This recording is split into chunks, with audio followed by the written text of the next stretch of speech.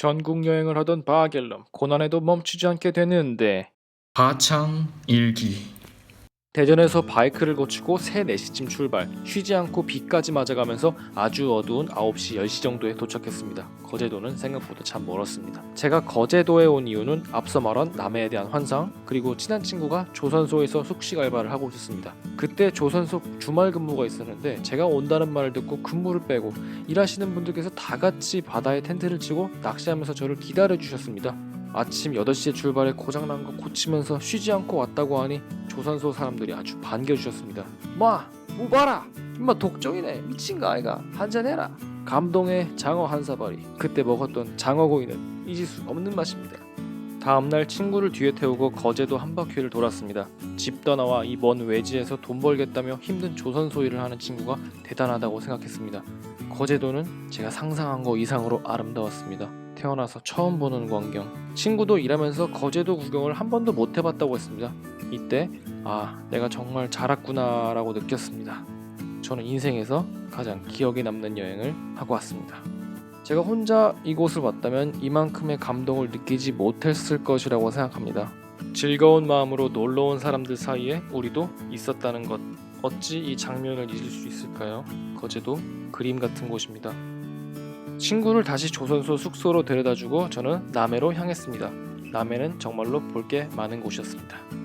남해의 독일 마을, 드디어 왔구나 같은 성취감을 느꼈습니다. 집에서 아주 멀리 나왔던 사실만으로 들떴습니다. 바이크가 아니었으면 구경만 했을 곳들. 남해 삼천포대교입니다. 바이크를 타면 정말 좋은 게 있습니다. 라이더들이 갖는 유대감. 휴게소에서 간단히 커피를 마시며 단소를 나눕니다. 라이더들은 서로 이름도 모르지만 서로의 바이크에 대해서 이야기하며 바이크 이야기만으로 시간 가는 줄 모르죠. 웅장한 제철소를 구경하고 광양을 지나 여수의 게스트하우스에 도착했습니다. 게스트하우스를 난생 처음 와보던 바겔럼. 그가 그리 신난 이유는 밤에 무슨 파티를 한다네요. 들떠버린 바겔럼. 술게임도 하고 탈골도 되고요. 다들 연락하고 알았지. 밥 한번 먹자 했는데 바겔럼이 받은 문자는 바쁘다는 답변뿐이었습니다. 오직 파리뿐인 것을. 바이크의 감성을 모르는 인싸들이란 보성 녹차밭입니다. 의리가 느껴지는 경치입니다. 헬멧 캠도 없을 때 헬멧 안에 이렇게 테이프를 붙이고 이런 영상을 만들었네요.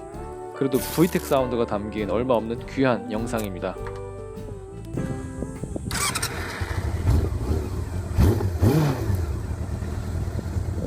집으로 돌아오는 길이 정말 아름다웠습니다. 평화로운 시골길 느낌?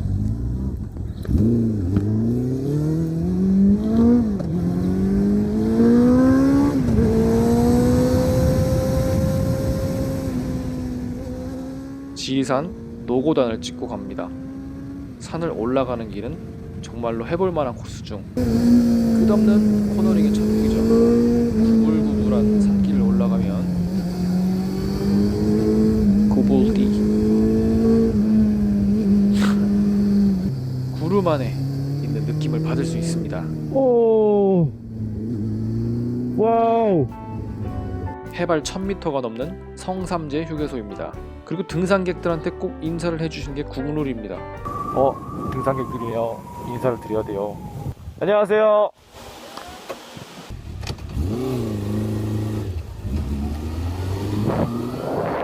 VTEC을 터뜨리고 떠나는 상남자 바겔럼. 여기는 정령치.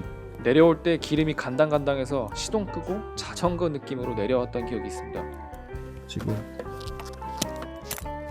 기름 없지요? 기름이 없어요. 그렇기 때문에 무동력으로 가겠습니다. Let's get it. 구름을 타고 fucking flex. Kill them with the fuck you way. 오, 와우, 미친 바겔럼. 와우, 우와. 조심. 와, 네. 빨라! 빨라!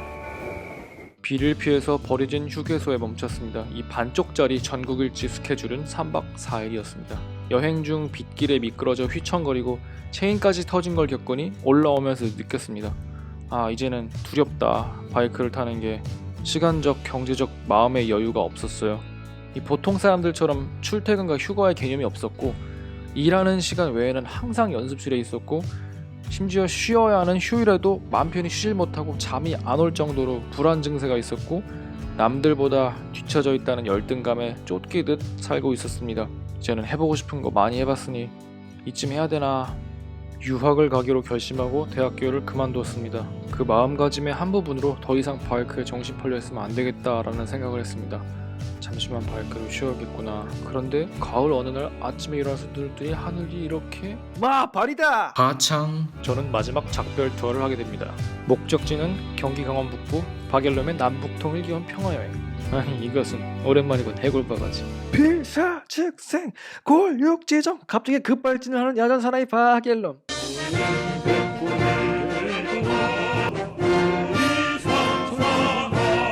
군인은 아니고 그냥 방이야. 본인은 2013년 요원 출신으로 소집 해제하였습니다. 병슨 바길럼 철원의 사우나 아래 잠자러 왔습니다. 아니 아지요. 손님 안 받고 뭐하는겨?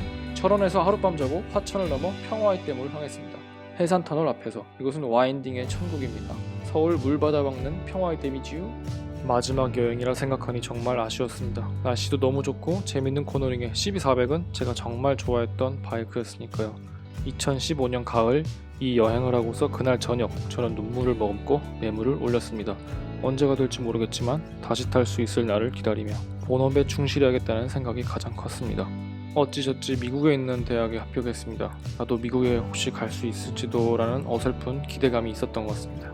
몇 년간 못한다 생각한 여러 바이크를 타보고 싶어졌습니다. 봉천 야마, 강남 두카티에서 이런 화끈한 것도 타보고 과천 혼다까지. 그야말로 시승중. 얼마 지나지 않아 제 CB400을 보러 온다는 연락이 왔었고 저는 저의 CB400을 보내게 됩니다. 마지막 모습입니다.